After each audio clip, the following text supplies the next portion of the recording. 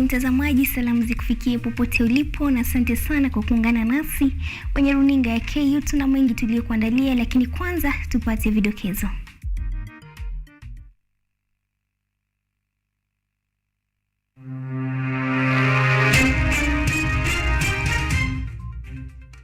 Azimio ya ikashifu serikali kwa kuingilia utendakazi wa taasisi huru nchini na kuzindua miradi inayopaswa kufanywa na serikali za kaunti.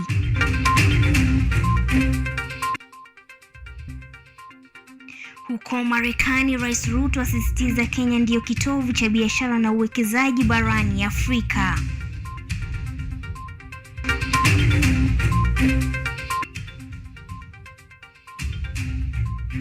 Viongozi wa kidini wasisitiza umuhimu wa mazungumzo ya maridhiano kati ya mrengo wa Kenya Kwanza na Azimio.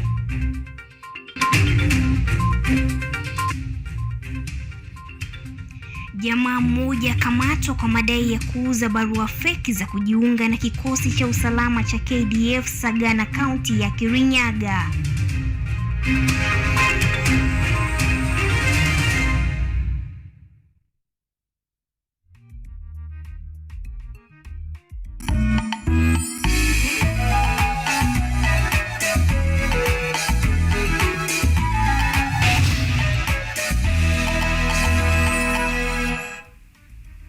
Na basi mtazamaji, karibu katika makala hodari na kadari CHARI, na mtangazaji wetu wa lugha ishara ni MUTAVA MWONGELI. Karibu tuanze taarifa hizi kikamilifu, ambapo muungano wa Azimio la Umoja pamoja na baraza lake la masuala ya uchumi limetathmini matokeo ya serikali ya Kenya Kwanza ya mwaka mmoja tangu ichukue usukani. Katika taarifa yake, kiongozi wa Azimio la Umoja Raila Odinga anasema kuwa serikali hii imeandikisha matokeo duni kwa kile anachokisema ni uongozi mbaya, kuingiliwa kwa taasisi huru za serikali na kutoheshimu katiba. Akitoa taarifa yake ya tathmini ya mwaka mmoja wa utendakazi wa serikali ya Kenya Kwanza tangu ichukua hatamu ya kutawala taifa la Kenya, kinara wa Azimio Raila Odinga amesema serikali ya Kenya Kwanza imerekodi matokeo duni mno. Our scorecard for this regime is 30%. That is D-. Odinga analaumu serikali akisema kuwa imeziteka taasisi huru za serikali kwa kutozipa uhuru wa kufanya kazi zilizotengewa kikatiba. Tuma mahakama sasa zimeshikwa mateke. Bunge vile vile imetekwa nyara. Bunge imetekwa nyara wakati huu, ameingilia hata kwa upinzani. Katika tathmini hiyo, Odinga anasema serikali ya Kenya Kwanza imeshindwa kuzingatia wito wa demokrasia ya vyama vingi, akisema kuwa Kenya Kwanza sasa inaazimia kurejesha utawala wa chama kimoja. Naona vile wanavyoongea, vile wanavyosifu serikali, watafanya pamoja na serikali, na wao wanasema wao ni wanachama wa ODM. Haya yote ni kuhakikisha kwamba hakuna upinzani katika bunge, kumaliza vyama vya upinzani ili Kenya irudi katika utawala ya chama kimoja. Vile vile Odinga amesema kuwa wamepokea zaidi ya saini milioni 10 kutoka kwa Wakenya, na hata hivyo siku zijazo watadokeza mkondo watakaochukua, ila sio ule wa maandamano. Mara hii haitakuwa sisi tunaambia wananchi warudi kwa barabara. Hapana. Wananchi wakirudi watarudi kwa mambo mengine tofauti kabisa. Sitaki kusema wakati huu, manake nitakuwa mimi nimetoa maneno mapema. Kuhusu masuala ya afya, baraza la uchumi la Azimio linadai kuwa serikali imejilimbikiza majukumu yaliyogatuliwa haswa ya afya, na ambayo yanafaa kuwa jukumu la magavana. Health has been another disaster. What this regime is trying to do is claw back on devolution. Health is a devolved function. And we realize that it was devolved, however, the resources have remained at the top. Caroline Karogo anasema kuwa gharama ya elimu katika utawala Rais Ruto imepanda hadi 225%, jambo ambalo anasema kuwa limekuwa mzigo zaidi kwa wazazi. I mean, the price of education in this country during the Ruto regime has increased by 225%, causing a huge issue and a huge burden, especially because many of these parents are already burdened by the issues of cost of living. Kulingana na Paul Mwangi, utawala wa Kenya Kwanza umeandikisha visa vingi vya mateso na ukatili wa polisi. Let us expect that we shall have much more intimidation, there will be much more abuse of rights, there will be increased police brutality, there will be more torture, and invariably many more people will die. Muungano wa Kenya Kwanza sasa unataka serikali ya Kenya Kwanza kuwajibika na kulipa deni waliloahidi wa Kenya. James Mureke Mwenda, runinga ya KU. Na basi Rais William Ruto amepigia debe ubora wa Kenya kama kitovu cha biashara na uwekezaji barani Afrika. Katika jitihada zake za kuvutia masoko ya Marekani, Rais Ruto ameshinikiza uwekezaji nchini haswa katika uwanja wa teknolojia, akielezea kuwa Kenya ina mazingira ya kuridhia na uchumi thabiti, vigezo ambavyo vinaiweka katika mstari wa mbele kwenye shughuli za kibiashara. Rais Ruto ameyasema hayo katika hafla ya maongezi na waanzilishi wa teknolojia kule San Francisco, Marekani. Rais William Ruto amewarai wawekezaji kutoka Marekani kuanzisha operesheni za uzalishaji na uwekezaji nchini Kenya. Rais Ruto amebainisha kuwa nchi ya Kenya ina mazingira bora kwa uwekezaji ikiwemo salama na uchumi thabiti. These are a raft of commitments that I did undertake to make Kenya a destination for the kind of companies that you run. You can now operate from Kenya into the region, provide services across the region without paying any additional tax. Katika juhudi za kuunda mahusiano na masoko ya kimataifa, Rais Ruto amesisitiza kuwa Kenya ina fursa nyingi kwa wawekezaji kutoka Marekani, haswa katika sekta ya teknolojia na utengenezaji. Hayo amesema kuwa yanawezeshwa na uwepo wa ubunifu, ujuzi, makato ya kuridhia ya kodi, uchumi thabiti na nishati ya kijani. For the sake of stability, we have a tax code that is simple to enforce, consistent, fair, and predictable, that lasts at least 3 years. This is one commitment that I undertook when I made contact and I had a conversation with the American Chamber of Commerce. Rais Ruto aidha amewahakikishia wawekezaji kuwa serikali ya Kenya itazingatia kwa umakini na kushughulikia wasiwasi wowote ambao huenda kukabili ili kuimarisha imani yao katika kuwekeza nchini. Kenya, ladies and gentlemen, is your gateway to the Silicon Savannah, to the East African community, the most integrated regional market of 500 million people. The population of Kenya is equal to the population of California, Nevada, Oregon, and Washington put together, 55 million. But what I find really striking is the rapid evolution of the digital aspects of it.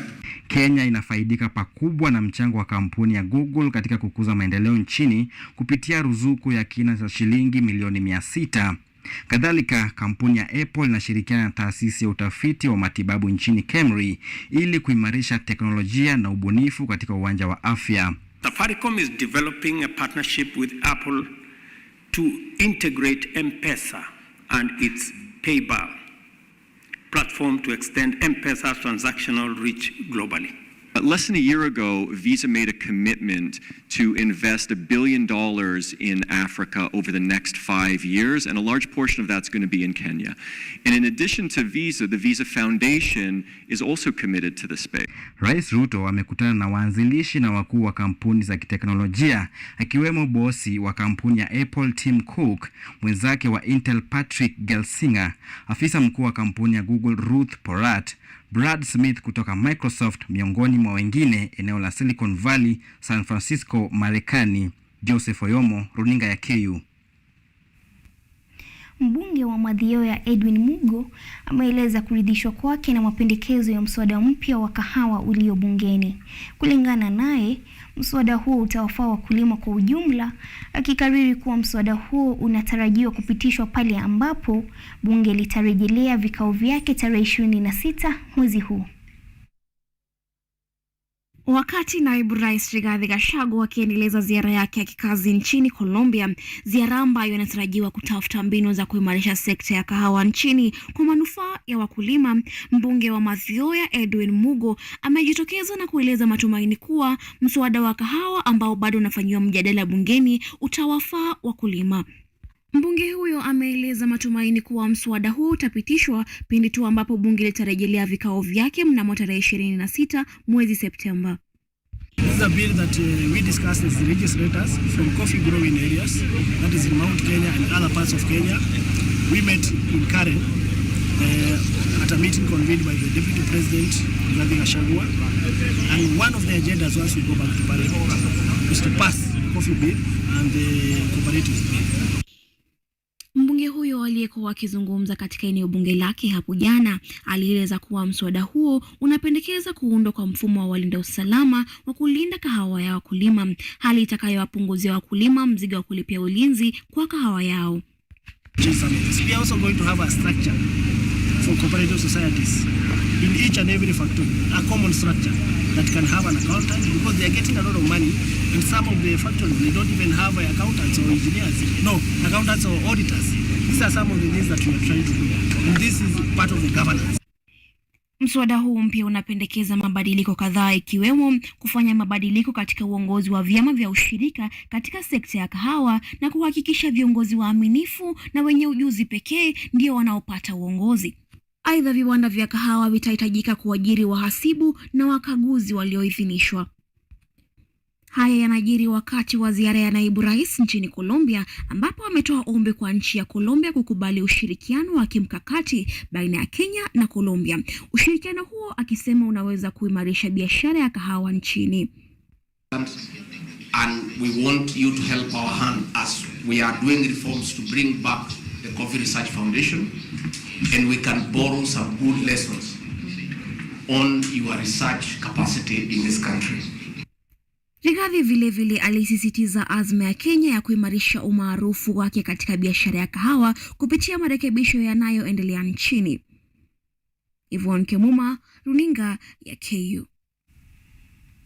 Na basi askofu wa Kianglikana katika jimbo la Mombasa Alphonse Mwaro ameongoza taasisi za kidini kurai wanasiasa kusitisha siasa na misimamo mikali kuhusiana na mazungumzo ya uwiano kati ya mrengo wa Kenya Kwanza na ule wa Azimio la Umoja. Askofu huyo amekashifu vikali wanasiasa kuchangia ajenda za mazungumzo hayo, akionya kuwa siasa hizo huenda zikagandamiza mafanikio ya kamati ya mazungumzo. Mwaro alizungumza katika gereza la wanawake Malindi wakati wa kuzindua rasmi kanisa la Kianglikana gerezani humo.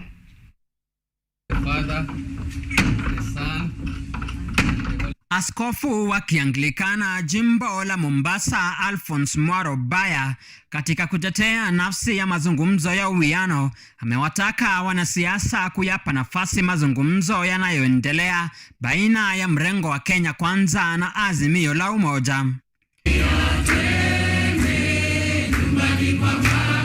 Katika ziara yake kuwafariji wafungwa wa gereza la wanawake la Malindi na kuzindua kanisa humo pamoja na kituo cha watoto wachanga, Askofu Mwaro alitoa masikitiko yake na cheche kali za kisiasa miongoni mwa viongozi wakuu nchini, akihofia kuwa siasa hizo huenda zikayumbisha jahazi la kamati ya uwiano.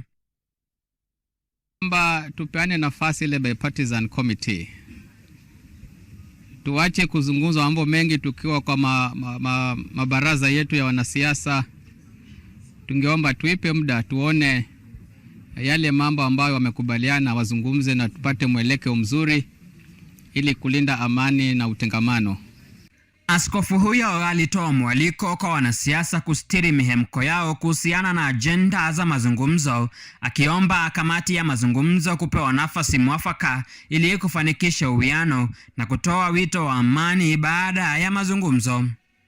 Kwa hivyo cheche za wanasiasa tunauliza kwamba ziweze kupungua, so that we don't poison the process. Na najua kwamba kila mwananchi ana matumaini kwamba hatutarudi tena kwa hali ya maandamano na hatutarudi tena kwa hali ya kuvutana, maana tunapoharibu amani, uchumi pia umeharibika.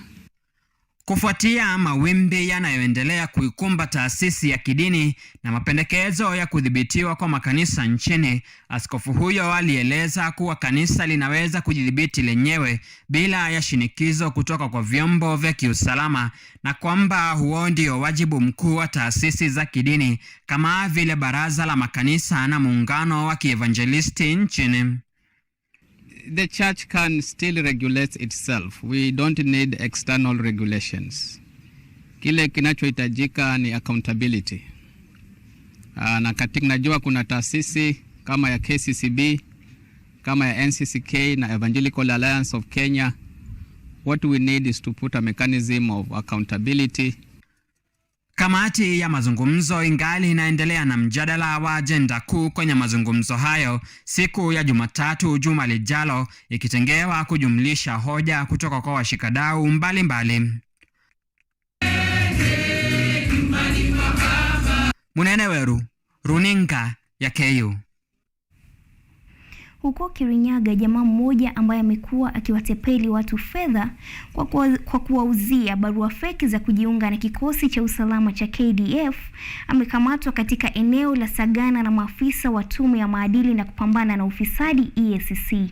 Kulingana na EACC, kukamatwa kwake kumefuatia malalamiko kutoka kwa wakazi wa eneo pana la kati mwa taifa ambao walitahadharisha tume hiyo kufanya uchunguzi. Baada ya kukamatwa kwa mtuhumiwa, tume imepokea malalamiko mengine kutoka kwa waathiriwa ambao wanadai kupoteza mamilioni ya fedha kwa mtapeli huyo aliyekuwa akiwahadaa wanao watajiunga na vikosi vya usalama.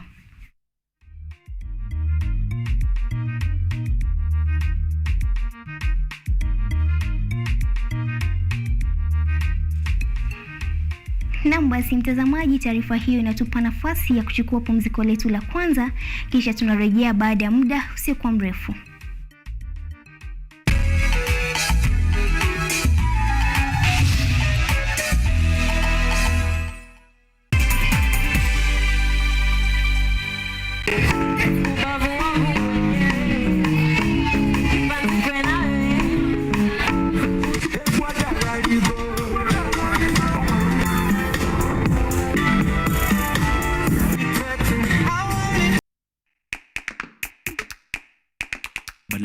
Kutafuta kazi, tunaweza kuanzisha miradi yetu ambayo ingetusaidia kubadilisha maisha ya wazazi wetu. Kwa vijana wenzangu wengi wale hawana kazi, lakini ikiwa sisi wenyewe tutajiamini, tunaweza kujiajiri wenyewe. Afrika kwa kweli tuna mahitaji ambayo ukiyasuluhisha unaweza kuathiri watu kwenye bara hili bila woga.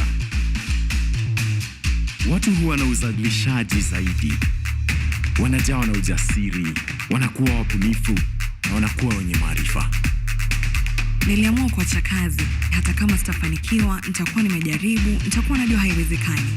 Hakuna kitu cha ajabu hapa. Kila anayepata ufanisi hufanya kazi usiku na mchana. Kitu kitakusukuma na kuwezesha kupata maarifa ambayo hukuwa nayo. Tunajaribu kutengeneza kitu kitakachopita mipaka ya nchi hii. Ikiwa unataka kubadilisha ulimwengu, anza na nyumbani.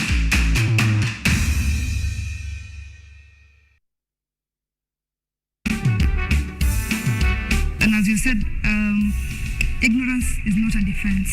So how can one know without, crossing the bar with some of these issues? I think before 2006, these offenses that amount to sexual offenses were categorized in the Penal Code. But the Sexual Offences Act was enacted in 2006. Mm-hmm.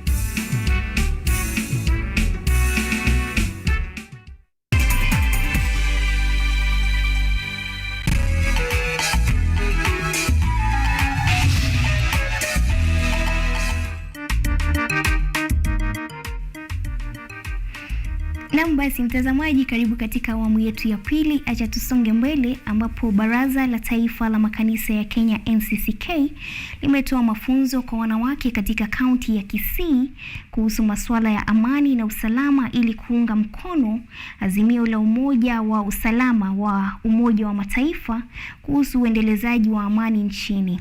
Washirika hao kutoka kaunti ndogo 11 walipata mafunzo hayo chini ya mpango wa utekelezaji wa kitaifa unaokusudiwa kutekeleza azimio la usalama wa Umoja wa Mataifa kuhusu wanawake, amani na usalama nchini. Wanawake katika kaunti ya Kisii leo wamepata mafunzo kuhusu uendelezaji wa amani, kwani wanashikilia nafasi kubwa katika jamii. Wanawake hao kutoka kaunti ndogo 11 walipata mafunzo hayo chini ya mpango wa utekelezaji wa kitaifa unaokusudiwa kutekeleza azimio la usalama la Umoja wa Mataifa nambari 1325 kuhusu wanawake, amani na usalama. Wakizungumza katika hafla hiyo, baadhi ya washiriki wameeleza kuwa sasa wamejifunza jinsi ya kushughulikia na kupata haki dhidi ya ukatili wa kijinsia na ukiukaji wa haki za binadamu. Wametoa wito kwa viongozi wa kisiasa kusuluhisha tofauti zao zinazotishia usalama nchini. Na sisi wamama tuko na nafasi ya kufanya jukumu kubwa, na ndio tumejua. Na wazee wenye wanaharibia watoto wetu wakiwa wachanga tunawakataza, na serikali imekataa watushike mkono. Vilio vyetu wakati tunapeleka tujue. Tunashukuru kwa mkutano ya leo kwa ajili wametufunza pahali tunaanzia kupeleka maneno yetu. Yeah, about the demonstration and the maandamano that took place, we know that we lost a lot of lives and massive destruction of property. We want to call upon our leaders to put their differences aside and unite as one, so that we can have one Kenya and we can have peace in these. Mwenyekiti wa NCCK mkoani humo Askofu John Omangi na Kasisi James Mogire wamebainisha kuwa wanawake wako katika nafasi nzuri kushiriki katika uendelezaji wa amani. Play a major role in pushing forward this agenda, because all of us generally we agree in the Kenyan population and the population in our area of focus, majority of them are women, and these are the people who suffer when we have wartime crimes which will happen around us. Population that we have in Kenya, most of them are women. If they can be empowered and given direction, they can be the best champions of peace, and possibly getting training and getting to the grassroots and telling the people how safe it will be when we work with the peace. Kanuni ya msingi ya azimio nambari 1325 ya Baraza la Usalama la Umoja wa Mataifa ni kuunga mkono jinsia zote katika sera na mipango ya kutimiza amani na usalama. Julie Ongaki, runinga ya KU. Tukielekea Mombasa, wakazi wa Majengo Ropa katika kaunti ndogo ya Mvita wanaiomba tume ya ardhi ya kitaifa NLC kuingilia kati na kutatua mgogoro wa ardhi ambao umekuwa ukiendelea kwa miaka 20 kufikia sasa. Mgogoro huo unaohusisha barabara iliyotengwa kwa ujenzi, na wakazi wanadai kwamba maafisa wa serikali ya kaunti wanastahili kulaumiwa kwa kuruhusu shughuli za ujenzi kuendelea licha ya mradi huo kufutiliwa mbali wakati wa utawala wa Gavana Hassan Joho. Katika kaunti ndogo ya Mvita, kaunti ya Mombasa, wakazi wa Majengo Ropa wanaiomba tume ya ardhi ya kitaifa NLC kutatua mgogoro wa ardhi ambao umeshuhudiwa kwa miaka 20 unahusisha barabara iliyotengewa kwa ujenzi. Wakazi wanaonyesha kidole cha lawama maafisa fulani wa serikali ya kaunti kwa kuruhusu shughuli ya ujenzi kuendelea licha ya kusimamishwa kwa mradi huo. Mhussein Swale, mkazi wa Majengo Ropa, alisema kwamba kutokea awali walijua ardhi hiyo kuwa ilikuwa ardhi ya umma ambayo ingetumiwa kama barabara. Alieleza zaidi kwamba wanataka haki kutendeka, na jambo la kushangaza ni kuwa serikali ya kaunti ilikuwa imeidhinisha ujenzi licha ya kujua kuwa ilikuwa barabara. Haki, kitu inaitwa haki tunataka itendeke. Toka tukiwa watoto hii ilikuwa ni barabara, kwa tukicheza na ilikuwa ni barabara.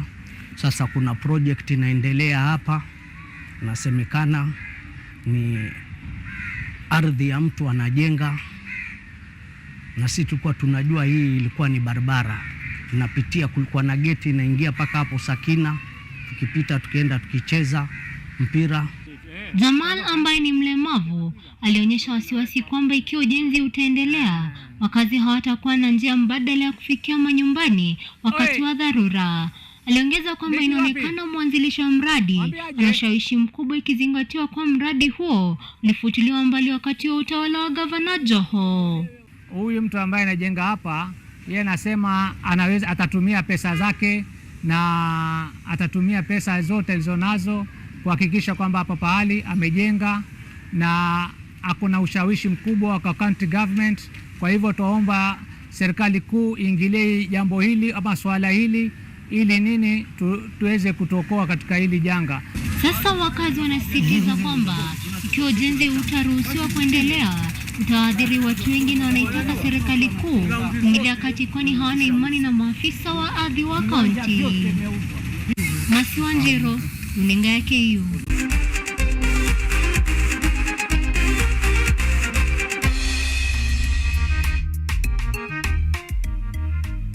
Na basi karibu mtazamaji katika habari zetu za spoti, ambapo timu ya taifa ya raga ya wachezaji 7 kila upande Shujaa walifungua kampeni yao ya mchezo wa raga ya Afrika itakayotumika kama mchuano wa kufuzu mchezo ya Olimpiki itakayoandaliwa jijini Paris, Ufaransa mwaka wa 2024 kwa kishindo baada ya kuilemea Nigeria kwa alama 34 kwa 10, Namibia alama 50 kwa 0 na kuizidi Maarifa Zambia kwa alama 38 kwa 12 jijini Harare, Zimbabwe. Wa mchuano wa raga ya Afrika atajikatia tiketi ya moja kwa moja kushiriki michezo ya Olimpiki mwakani, huku nafasi ya pili na tatu wakishiriki mechi za mchujo itakayojumuisha timu kutoka mabara ya Afrika, Asia, Marekani ya kaskazini na kusini mwezi Juni mwaka wa 2024.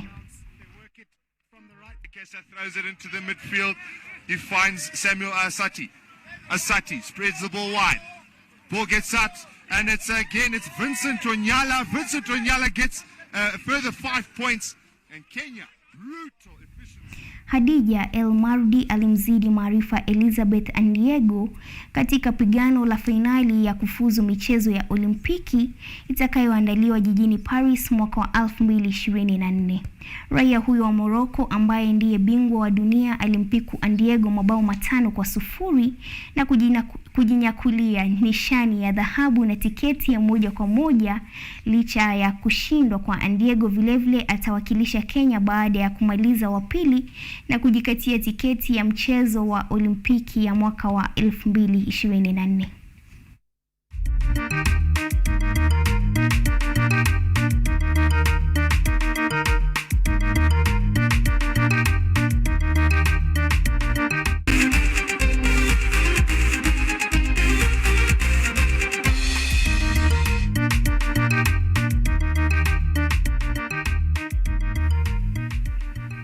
Na basi mtazamaji, tumefikia tamati samahani ya taarifa zetu za siku ya leo. Asante sana kwa kutazama makala hodari. Nami nafahamika kwa jina la Kadari CHARI, na mtangazaji wetu wa lugha ishara amekuwa ni MUTAVA MWONGELI. Mola kujalie usiku mwema.